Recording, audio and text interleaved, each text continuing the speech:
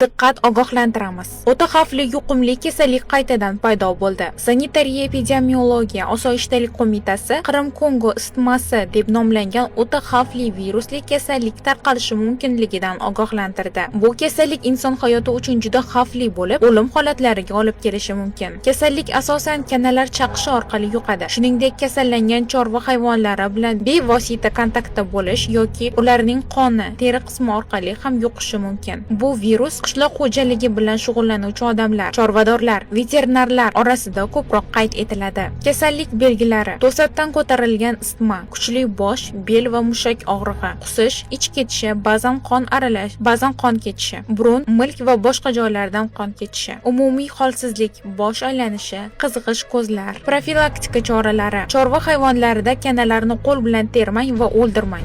Veterinar mutaxassislar yordamida maxsus vositalar bilan tozalash ishlarini amalga oshiring. Tashqaridan kelgan hayvonlarni karantinga oling. Qishloq xo'jaligida ishlayotganda qo'lqop, maxsus kiyim-boshdan foydalaning. Kana chaqqan holda zudlik bilan shifokorga murojaat qiling. Hozircha respublika bo'ylab kuzatuv va profilaktika ishlari olib borilmoqda. Senapid qo'mita aholidan ehtiyot bo'lishni, alomatlar sezilsa tezda shifokorga murojaat qilishni so'ramoqda. Bu kabi yuqumli kasalliklarning oldini olish o'ta muhimdir. O'zingizni va yaqinlaringizni asrang.